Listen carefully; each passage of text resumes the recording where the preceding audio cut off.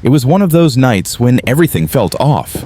My wife, Rachel, and I had been married for almost 5 years, and, for the most part, I thought we were doing well. Sure, there were small arguments here and there, the usual stuff, work stress, long days, miscommunications, but nothing that seemed like it could break us. At least that's what I told myself. It was a Thursday evening, and we had just gotten home from work. Rachel, as usual, was already tired. Sitting on the couch, scrolling through her phone, I could see the exhaustion on her face, the way she slumped against the cushions, her eyes half-lidded. "Babe, are we still on for dinner tonight?" I asked, hopeful that we could go out for a quick bite to unwind. I had been looking forward to spending time with her, just the two of us, away from the hustle of work. She looked up from her phone and gave me a tired smile. "I'm just so tired," she said, her voice soft.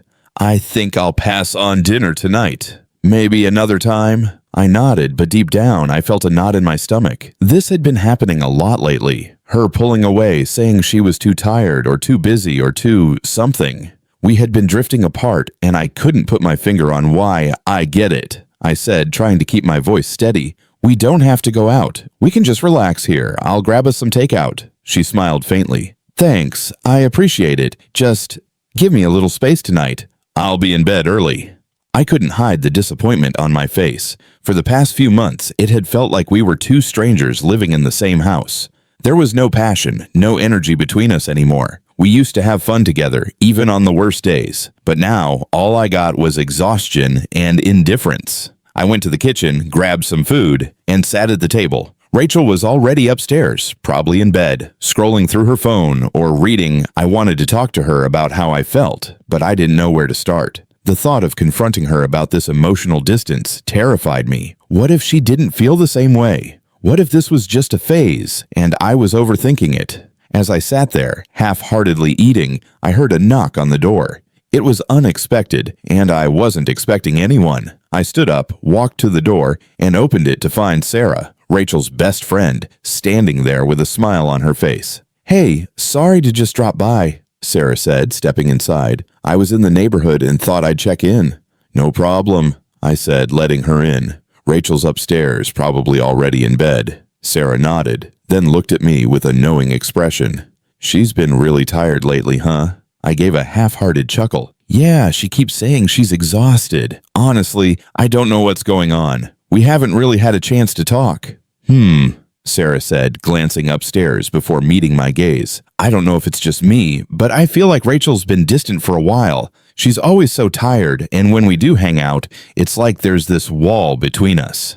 I felt a weight lift off my shoulders, just hearing someone else say it. "That's exactly how I've been feeling. Like we're just roommates, not a couple anymore." Sarah looked around as if considering her next words carefully. "Jake, I don't know if this will help, but I've been noticing something. Rachel's been acting strange for a while now, and I don't think it's just work or stress. She's been avoiding intimacy, and I think she might be hiding something. I know it's not easy to hear, but I wanted to be honest with you." My heart skipped a beat. I didn't know what to say. I had suspected something was off, but I never imagined that Rachel might be hiding something from me. "What do you mean?" I asked, my voice barely a whisper. Sarah hesitated for a moment before responding.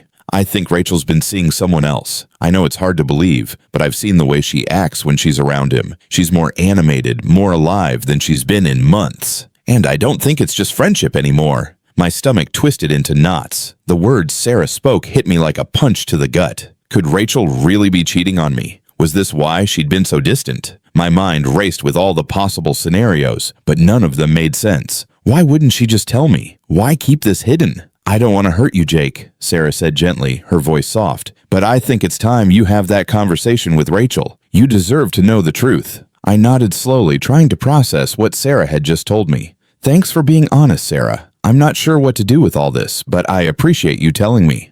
"Of course," she replied, giving me a reassuring smile. "You deserve someone who will be honest with you, who will be there for you, not just someone who's too tired all the time. Don't let this drag on." After Sarah left, I found myself standing in the hallway, frozen. My mind was spinning with the revelation that Rachel might have been seeing someone else. All the little signs, the late nights, the tiredness. Suddenly, it all made sense. I knew I had to confront her, but I didn't know how. I climbed the stairs to our bedroom and stood in the doorway. Rachel was lying in bed, her phone in her hands. She looked up at me as I entered, her expression distant. I took a deep breath before speaking. "Rachel, we need to talk," I said, my voice steady but filled with emotion. "Something's been off lately, and I can't keep ignoring it. I'm not sure what's going on, but I know we're not the same anymore. I need to know the truth." She didn't say anything at first, just looked at me, her face blank. Then finally she spoke. "I know I've been distant," she said, her voice soft, "but I didn't know how to tell you. I've been seeing someone else, and I don't know how to fix what we have. I'm sorry." The words hit me like a freight train. She had been seeing someone else. It felt like the floor dropped out from beneath me. I thought I had been prepared for this moment, but hearing it out loud shattered everything I thought I knew about us. I stood there in silence, staring at her, trying to process what she had just confessed. The weight of her words hung in the air between us. Thick and suffocating, I didn't know what to say next. All I knew was that our marriage was over, and there was no going back.